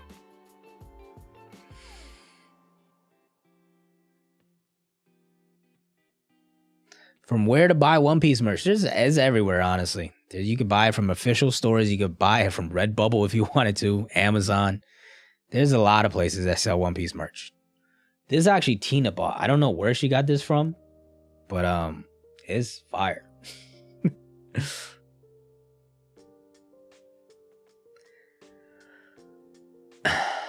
What would also give Sanji a chance to unlock Conquerors?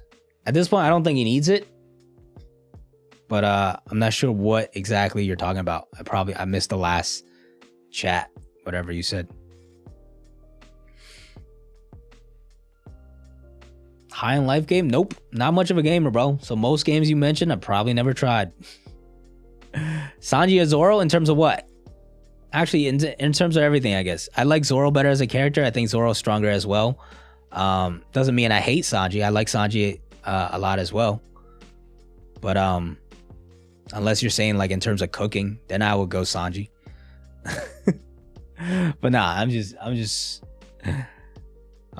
giving the truth. Sanji is still like my top 10 favorite characters. But if you're telling me to pick between Zoro and Sanji, I have to go Zoro because he's like probably my second favorite character in the story. Thank you, David. Appreciate that. One Piece Odyssey. I actually played One Piece Odyssey at Comic-Con before the game even came out. And, you know, it wasn't really my type of game, to be honest with you.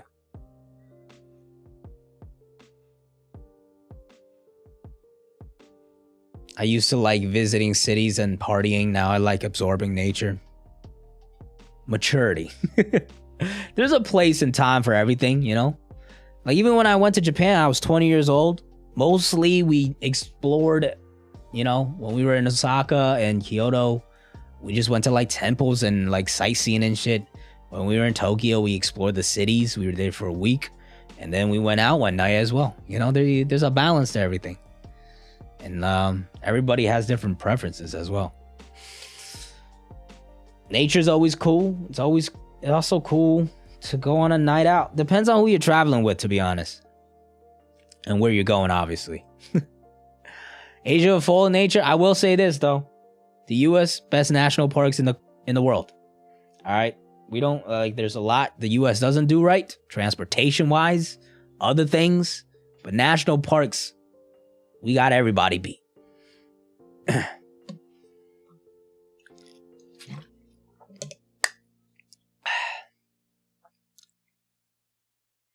AOT, yes, I finished it. Nah, as in like I caught up to the manga. I finished the manga. Anime wise, I think I watched the beginning of season 4. Was it season 4 or season? No, I think the beginning of season 4. And then they just they split it into like so many different parts. I stopped watching because I already finished the story in the manga. Yellowstone, I've been there. Beautiful. There's, you know, a whole bunch of places. Volcano National Park in Hawaii was beautiful. Horseshoe Bend in, I think, Wyoming was amazing. There's Devil's Tower I've been to. Arches National Park in Utah. And like there's still so many more. There's Yosemite, Zion, Grand Canyon, like even Alaska has like glaciers and stuff, you know?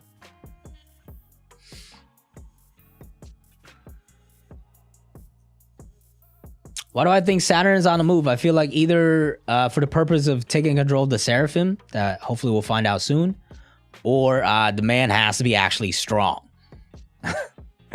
Or else he's just pulling up like as a flex. Like, what are you doing? Arizona. Okay. Cool. It was good, bro. It's the first chat I've seen from you. You've been just lurking this whole time? Yeah, my mind's a blur because I took like a bus tour on the West Coast there. So I don't even remember where was where. I just know where I went. Devil's Tower, Horseshoe Bend, Bryce Canyon. Yeah, Bryce Canyon was also really cool, but it was raining a little bit for me.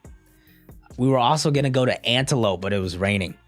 So it was closed down. That was a shame.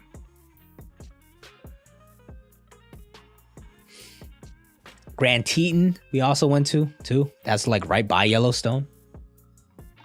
What else? Mount Rushmore.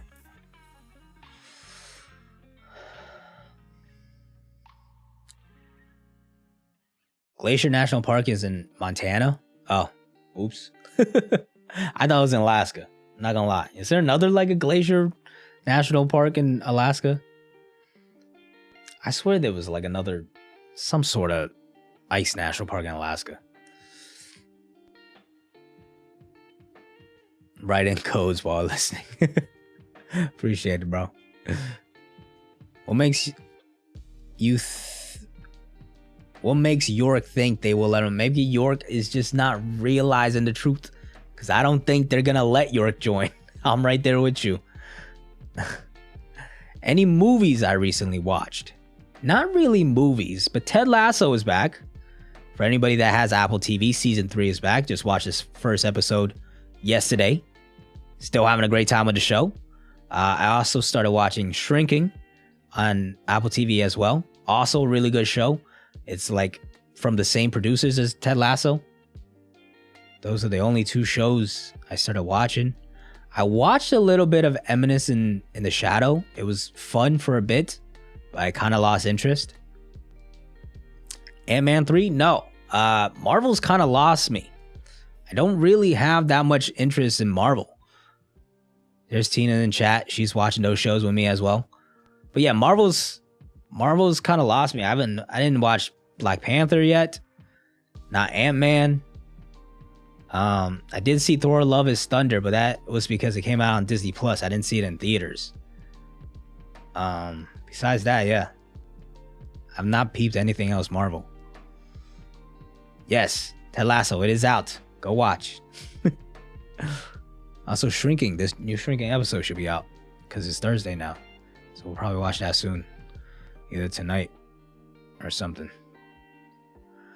Marvel, yeah, Marvel's not been hitting, man. The last one that hit was Spider-Man. Outside of that, it's not really been doing much for me. Last of Us, yeah. Is it on Netflix? I don't have Netflix. But I wasn't really that interested anyways, to be honest. I know everybody's been watching that. Damaki season 4. I have not continued that show since season 1. So I honestly don't even remember what was happening. Sometimes that just happens, which is such a shame. It's like, it happens to me with a lot with books. Like the new Slime volume, it's like volume 20 or something like that came out. But it was like a year ago since I read volume 19, and now I got to go back and read volume 19, and there's so much that I just kind of forgotten. But yeah, once you drop something, it's tough. You kind of just start to only remember like the feelings that you had while reading or watching something, and then until you reread it all that you actually start to remember all the characters and stuff, and it comes back to you.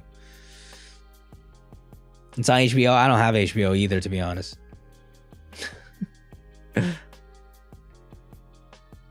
What do I use? So I have Hulu, Prime, Apple TV. Disney Plus I canceled because I wasn't really watching too much from there. To be honest with you, most of the stuff I watch is on YouTube. After that, you know, Crunchyroll, Funimation, I have both of those, along with utilizing some other sites to watch any anime that comes out. Yeah, same thing with Mushoku Tensei, man. I dropped that, and I feel like I've reread it twice now. And then at a certain point, I just get bored. And same thing with No Game, No Life. I feel like I've reread that twice as well. But then at a certain point, it kind of just starts to get a little boring. And I drop it again. Stuck on chapter 1. Yeah, it's like you have to start to remember what even was happening in the last volume, you know? And it's hard with a big ass story like Slime that you're 20 volumes deep into. Marshall, manhwa wise, there was a period where I was reading a bunch, but the only two that I've stuck with that I still really enjoy is Legend of Northern Blade and Mercenary Enrollment. Honestly, the one that's got me still completely hooked that I read weekly is Mercenary Enrollment. Northern Blade is still really good. I still keep up with it, but Mercenary Enrollment is probably my favorite one right now. Outside of that, all the manga I'm not really keeping up with weekly besides One Piece. Dropped Black Clover a long time ago. Dropped My Hero a long time ago. One Punch Man, I kind of dropped just because it was like I just forgot to check on it once a month. Aoashi, I still read weekly. It's just like it's kind of inconsistent with the translation, so I kind of forget about that sometimes. Kingdom, I was caught up for a while, and that's kind of started to build back up. Chainsaw Man, I read the first one. I've not read the second version. Wasn't there a part 2? I've not read part 2. Who is Dragon or Luffy or Garp? Oh, who's stronger now? I'm a Dragon believer, but I will say until we see more from Dragon, I can't put him above Luffy. So I think Luffy's probably the strongest right now. But I think Dragon has potential to be still stronger than Luffy right now, but we just haven't seen it. Aoashi is peak. So just a good manhwa. I just said 2, man. Legend of Northern Blade is good. Mercenary Enrollment is very good. There's a lot of like classic like isekais or like rebirth type of stories that you could read. Was it SSS Class Suicide Hero is a good one. Overgeared is another one I enjoyed a lot, so that I hopped onto the novel as well. But I dropped that for a little bit, let that build up.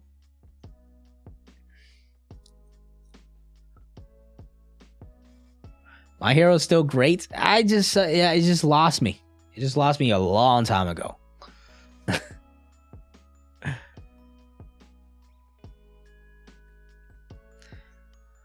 Dragon greater than equal to Garp. What makes you put Garp above Luffy at this point? Now that Luffy has literally defeated Kaido and is a Yonko. Dragon, I can see the potential of, but he hasn't shown anything in the story outside of a lightning bolt and lockdown. I've always been a Dragon believer, all right? I've always said, hey, listen, he's in the same Monkey D family as Garp and Luffy. He's got to be strong. But like until we see more from him, I can't put him any higher. Because the narrative reasoning is not as strong for him as some of the other people. Like Blackbeard and Shanks and Mihawk. Several national parks with glaciers in Alaska. I thought so.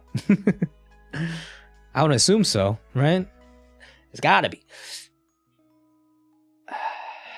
Current strongest One Piece verse? I think it's Blackbeard.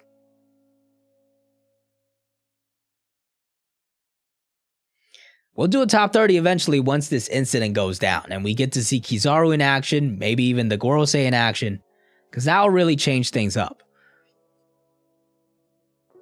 Revolutionary Army taking some fat L's? Not necessarily. they did come away with a pretty big W at the Reverie. It's just Dragon hasn't been, like, he's been too quiet for me.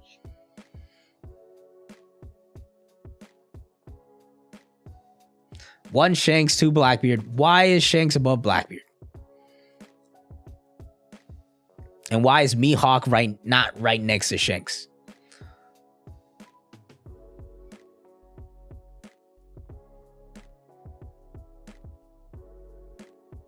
Yeah, Fat L's, that was a Fat L. For those of you that were there during my reaction, I was like, listen, Dragon might be on fraud watch.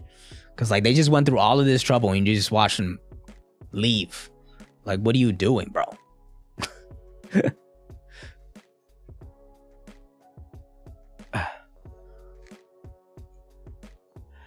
I mean, Dragon was a pacifist, but now he's got the Revolutionary Army. Like, he's not really a pacifist. I mean, not like a pacifist, but like before he wasn't really, he was against war.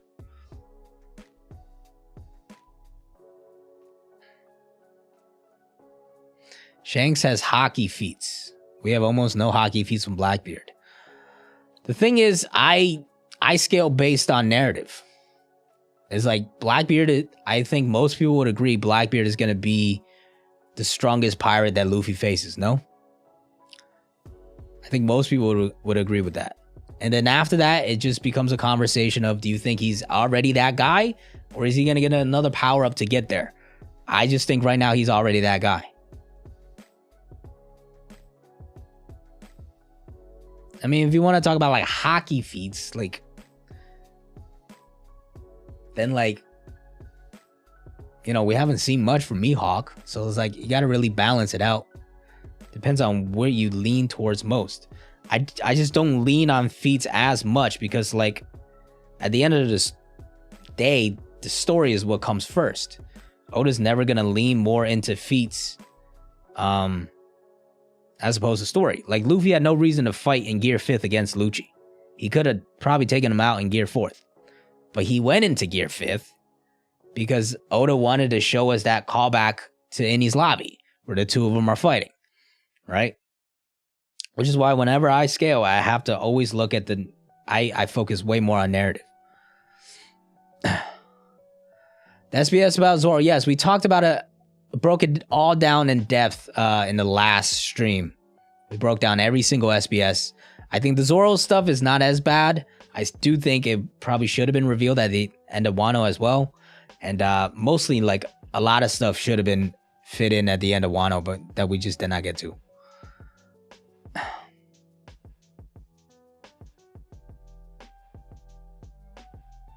Vegapunk told Dragon he might die, but that was Shaka. That was not Stella, you know?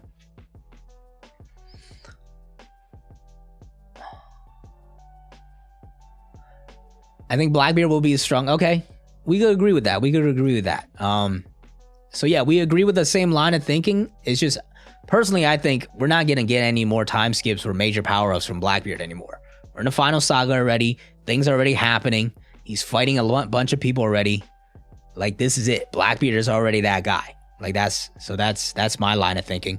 But if you think he's gonna, like, have a chance to grow even stronger later, then I can see why. I can see how you're thinking that. Original Thor films. I think Thor Ragnarok was good. I do think Thor Ragnarok was a little overhyped. Everybody absolutely adored that film. I just thought it was a pretty good time. Thor 2 was ass, though. You can't tell me Thor 2 was an ass. Thor 2 was ass. The Dark World was ass. The first Thor was pretty good. I always thought that was an underrated one. Nice personal story where you actually got to learn about Thor and stuff.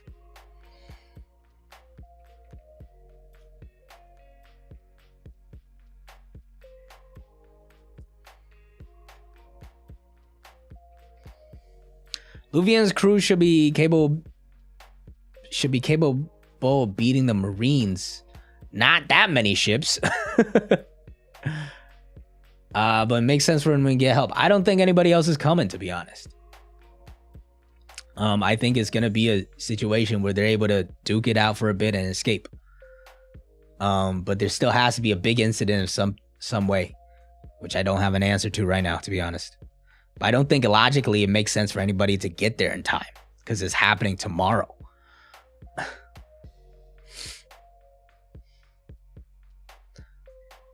Blackbeard get his hockey bloom from fighting Garb? Sure, that is one option. Completely possible. We'll see. We'll see on that. Just right now, I think he's probably already that guy. And, you know, it could change. I'm not like dead set on it or anything. What I am pretty dead set on is the idea of Blackbeard eventually being the strongest pirate that Luffy has to face, right?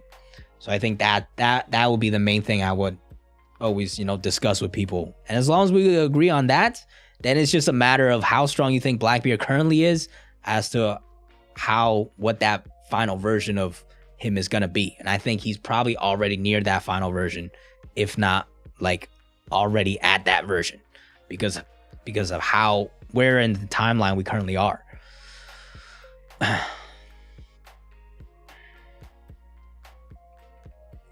Loki, I did watch. It was solid. I think a lot of other people loved it a lot more than me, but I thought it was a good show. Far From Home or No Way Home. No Way Home was iconic. All the Spider-Man movies were great though. Will Sanji surpass Mihawk? He has no reason to.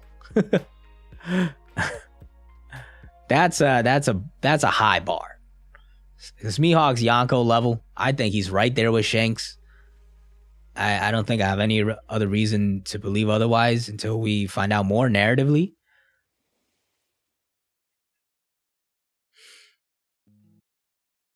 Blackbeard is the top 3, as he should be.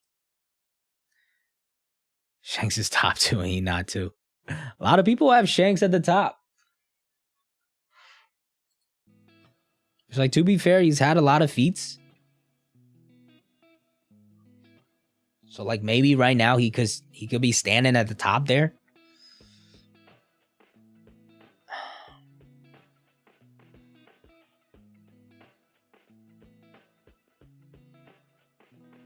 Sanji and Zoro on the same level, not as close as you think. I think Sanji's proving to be a lot stronger than people were giving him credit for. But Zoro with advanced Conqueror's Haki is, I think, is a clear step up when they're both going at it. Also, in terms of goals, like, they're just different goals. Like, Zoro's trying to be the pinnacle of a swordsman. Sanji does not have any reason to keep climbing and climbing and climbing to that level.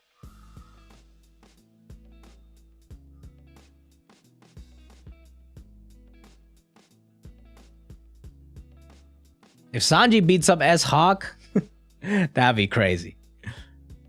Beppo on top. Yes, sir. Even better, Zoro will surpass Ryuma eventually, probably. I mean, like, you do gotta remember, like, these kids are crazy young still. Luffy's 19, you know? He's already a Yonko. So, like, if they live for a long time, their primes are gonna be crazy, man.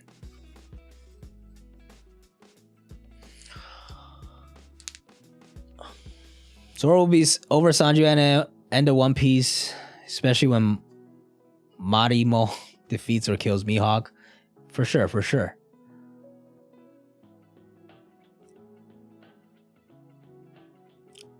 It's been established that their difference isn't that big. I mean, sure, but like, I just feel like the higher you climb, the bigger the gap's gonna get. Like, Advanced Conqueror's Haki is a very big deal in my opinion. Is Luffy in his prime now? No, I don't think so. It's like, think about Kaido at like 45 years old. That's like when he's really fucking strong. Roger in his 40s, Garp, you know? Like, when he gets that age, that's gonna be crazy. Oda will give Jinbei a showcase. Yeah, I think he got one in terms of who's who. Who's who kind of like monologue through it, which was kind of annoying, even though we got some critical information. But I think Jinbei will get more fights, and the Blackbeard 1v1s have to happen, right? The Blackbeard Pirates 1v1s have to happen. Everybody will hopefully get their shine there, and like a good amount of it as well. Zoro Vice Captain San noted there's no Yonko commanders in Luffy's crew.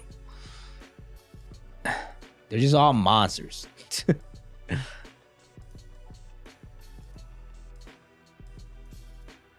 Gear 5 is probably his last power-up. For Devil Fruit, maybe. But he has the number 1 control it. And there's definitely... I think there's higher levels of hockey. Like, Shanks is going to show it. And overall, he does have to get stronger to defeat more difficult opponents. Or else, if he's at his peak right now, it just gets kind of boring, no? It's like, oh yeah, Luffy's just going to... Like, he's at his peak. And he's just going to keep fighting this way. Why did they put Gear 5? Because it was a cool moment to tease. The theater went fucking crazy when I saw it. You know, so it's a fan servicey. The final act was all fan service. You know, everybody was gassed.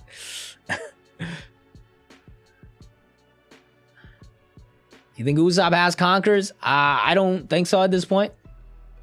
But could be a cool little thing. Can Sanji's name be related to the sun if his mother is Sora? Remember from 325, Sunny translates to San, therefore Sanji?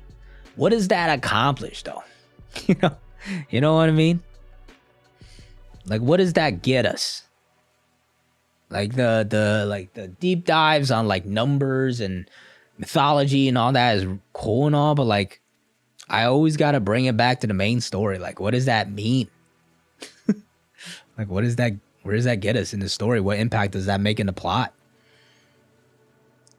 And does that actually make sense to the story? Whatever that is. Usopp gonna break the stone out with Conqueror's Haki? We'll see. We'll see in Elbaf what types of moments Usopp gets and power-ups and stuff like that. Until we get there, I'm not gonna expect anything from Usopp, to be honest. March Madness, I never really followed college basketball, to be honest with you. I always did like a bracket for fun. I'll probably peep some games, you know, for some fun matchups because I just enjoy sports. But I'm not really going to be following that closely.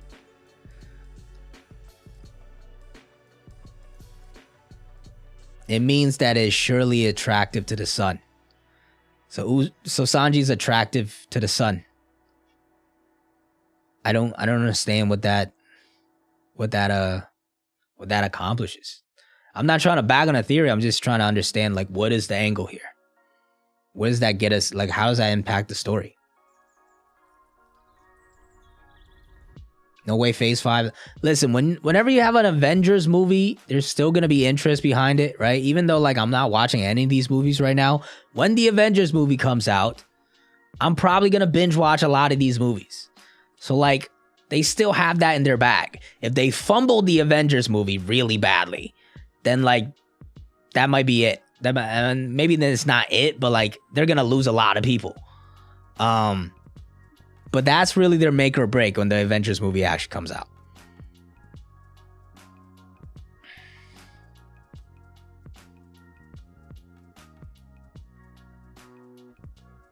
The Straw Hats need better character arcs, doing some of the Straw Hats dirty. Hey, you're speaking to the right person, man.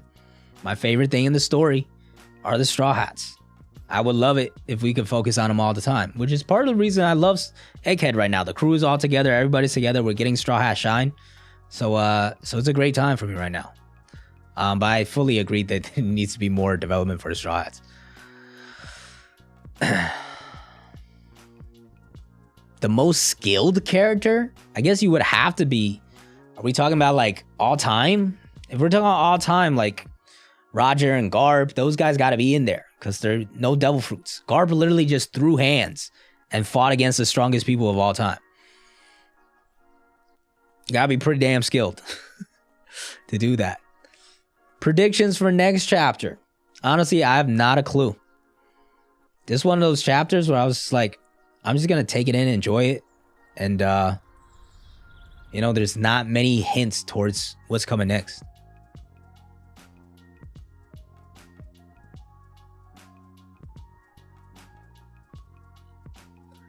Gear 5 will appear as in the anime. I don't have a clue when that's going to appear in the anime because I don't really watch the anime. Or you mean the manga? I think he should be busting it out already against Esper to just take it out. But in the anime, I don't have a clue. Whenever it gets to the part that it's supposed to, I guess. It hasn't appeared in the anime yet. It's been a while, man. No Sop is last in my... Right now? Yeah, he is. For sure. Does he get... No, I'm not betting on Conqueror's Hockey for sure. All I want is good development, good arc, good focus. That'll be enough for me. Not gonna expect anything else more. Esper could beat S-Hawk? What makes you think that? And Nell's gonna come back? Nah, don't think so. Not enough build-up or information at all for him to come back at this point. I think his story got wrapped up in a cover story and that's it. Same thing with Caesar and Judge. I think that just happened to them. I think the same thing happened to Capone Beige. Like, his story's wrapped up, cover page, finished.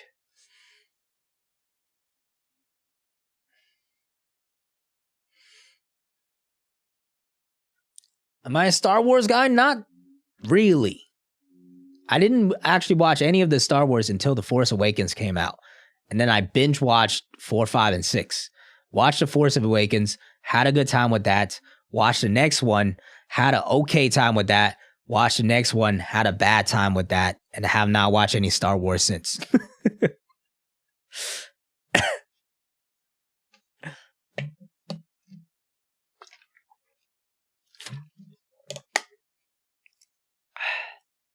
Yeah, Mandalorian, all of that kind of stuff. I'm not that much into Star Wars to peep those. Especially since the last movies ended on a bad note. Where did I get the hoodie? You're going to have to ask Tina. I don't know if she's still in chat, but she bought this. I think it might have been from some like creator or something, like some individual creator that makes stuff on like drops or something. I'm not sure.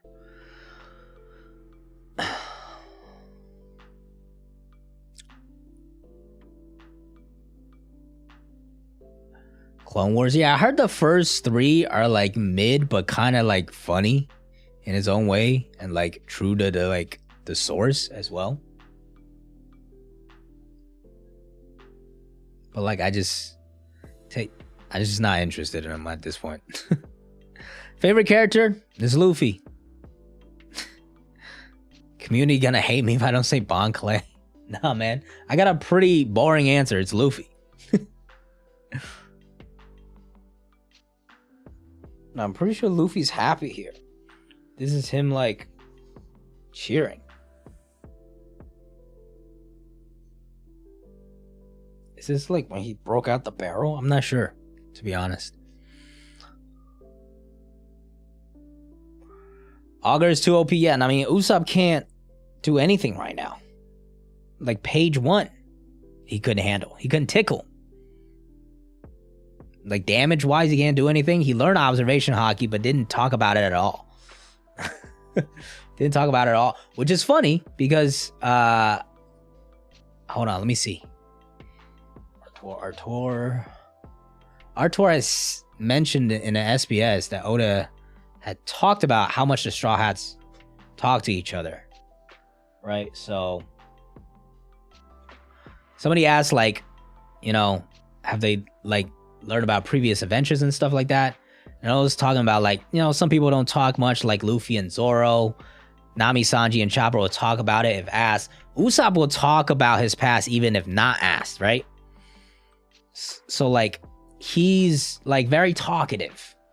So, like, has he not talked about observation with anybody?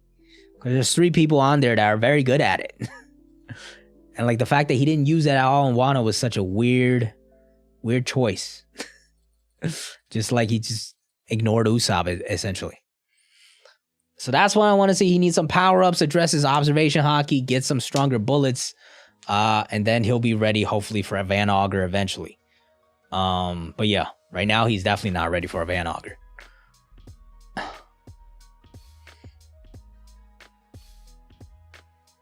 Luffy is the sun. Sanji, due to his wrath of golden blonde hair, like the sun is a metaphor to the sunbeam indirectly to Luffy. Okay, that's a cool way to view it. Yeah, I mean, that could be a cool way to view it. For me, it doesn't really change anything in the story in terms of like changing what the characters do or like what's actually happening in the plot. So those are the type of theories like I don't really look into too much, but could be a cool metaphor.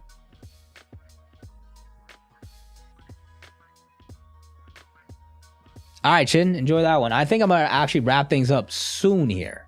I'm gonna wrap things up pretty soon here. Is he live right now? No, he's not live yet.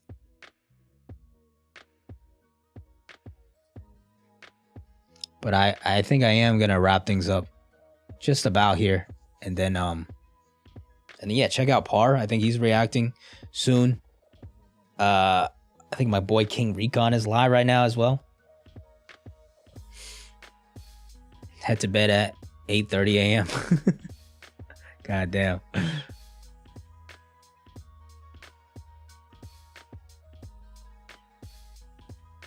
WStream 8, man. Always a fun conversation. I have a blast in these where we just kind of react to the chapter and we just kick it back and talk about everything for about 2 hours. It's a great way to interact with you guys. And yeah, we'll be back next week because there's no break next week. Everybody have a good day, night, sleep, wherever you are. All right, man. Take care, everybody. Peace.